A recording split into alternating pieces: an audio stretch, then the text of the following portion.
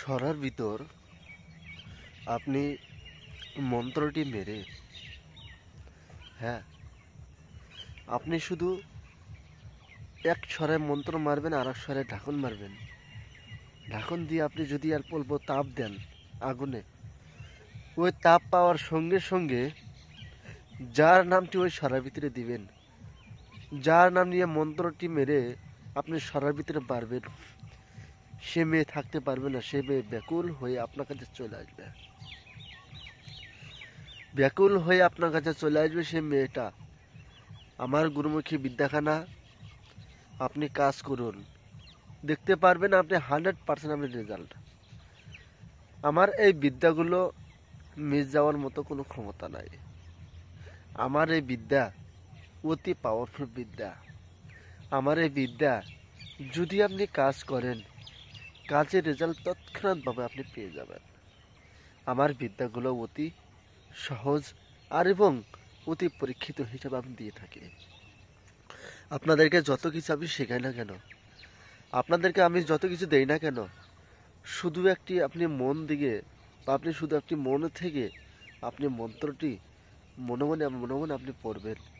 তাহলে মনের নিয়ত করে পড়বেন যে আমি এই নিয়ত করব। আশা করা যাক সেই বিদ্যাটি আপনি কাজের রেজাল্ট পাবেন।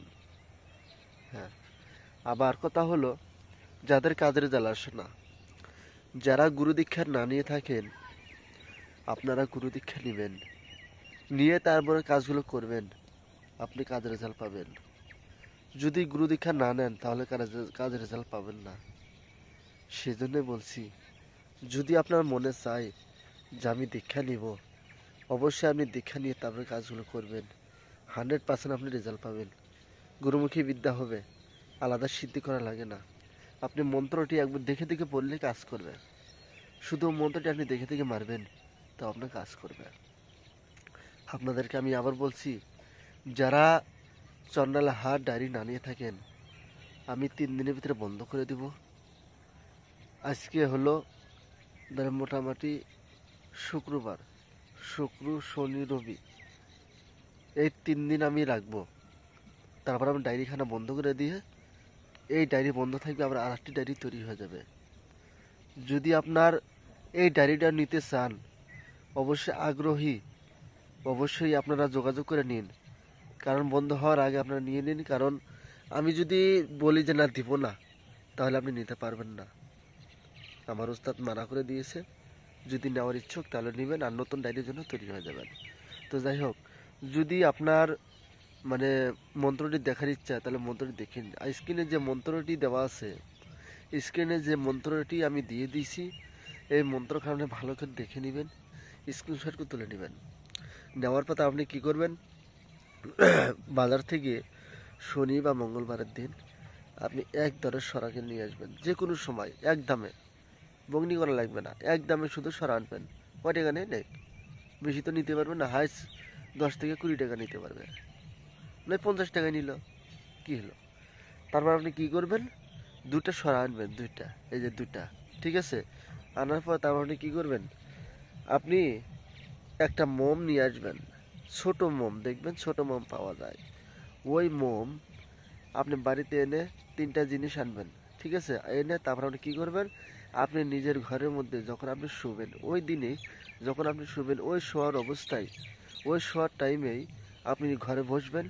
বসার সময় তারপর আপনি কী করবেন, আজকে দেওয়া মন্ত্রখানা, আগে মোম মোম আগে সরাই, আগে নিচের সরাটা, ঠিক আছে, আগে নিচের সরাটা মানে পেতে নেবেন। তারপরে ওর উপরে মোম ধরে লাগাই দিবেন, ঠিক আছে, একটুখানি মোম লাগাই দিবেন, বেশি বড় না, তাতে আবার যাতে আবার নিভে যাবে সরার মানে ধাপে। আবার ওই মন্ত্রটি মারবেন, মানে লাগাই দিলেন, মন্ত্রটি মারবেন, তারপরে আবার সরা দিয়ে ওই মোমের উপরে মানে সরা চেপে দিবেন, মানে ঢেকে দিবেন।